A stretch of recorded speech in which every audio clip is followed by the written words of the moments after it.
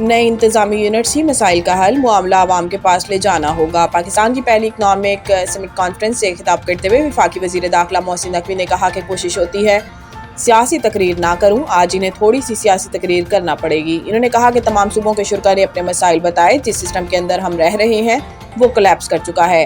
مانے یا نہ مانے، ہم سب جمہوریت چاہتے ہیں اور جمہوریت کے بڑے سپورٹر ہیں۔ جمہوریت کے اندر بھی 3-4 نظام ہیں۔ محسن نقوی نے کہا کہ مسائل کے حل کے لیے سسٹم میں اصلاحات ضروری ہیں۔ سیاسی نظام چلانے والے بھی اسی حال میں موجود ہیں اور سیاسی نظام کو فنڈنگ کرنے والے بھی یہیں بیٹھے ہیں۔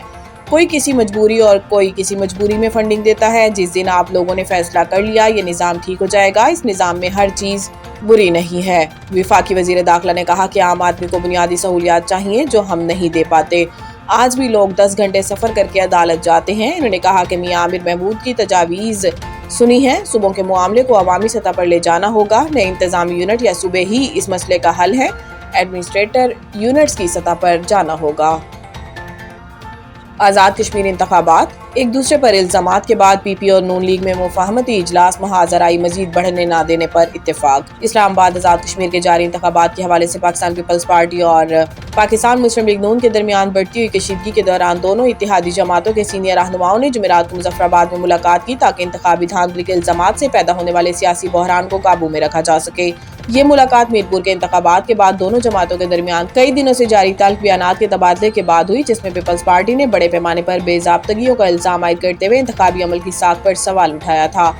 دریائے سندھ میں کالا باغ اور چشمہ کے مقام پر نچلے درجے کا سیلاب۔ ترجمان پی ڈی ایم اے کے مطابق دریائے سندھ میں کالا باغ اور چشمہ کے مقام پر نچلے درجے کا سیلاب ہے۔ پی ڈی ایم اے کا کہنا ہے کہ ڈیرہ غازی خان رودکوہیوں میں پانی کا بہاؤ نارمل ہے۔ کالا باغ 2,63,000 اور چشمہ میں پانی کا بہاؤ 2,94,000 ہے۔ وزیر آباد ناگا پلکھو میں درمیانے درجے کا سیلاب ہے۔ ناگا پلکھو میں پانی کا بہاؤ 3600 کیوسک ہے، جبکہ ناروال نالا بسنتر میں نچلے درجے کا سیلاب ہے۔ ترجمان پی ڈی ایم اے کے مطابق مونسون بارشوں کا چوتھا سلسلہ 5 اگست تک جاری رہنے کی پیشگوئی ہے۔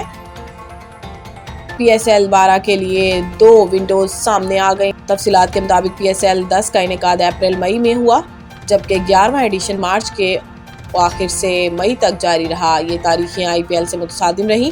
روایتی طور پر پی ایس ایل فروری اور مارچ میں ہوتی تھی، اب 12ویں ایڈیشن کے لیے تاریخوں پر گزشتہ روز تبادلہ خیال کیا گیا۔ پی سی بی اور فرنچائز اونرز کا ورچوئل میٹنگ کا انعقاد گزشتہ روز ہوا۔ اس موقع پر نئی اور پرانی تاریخوں کے فوائد اور نقصانات پر تبادلہ خیال کیا گیا۔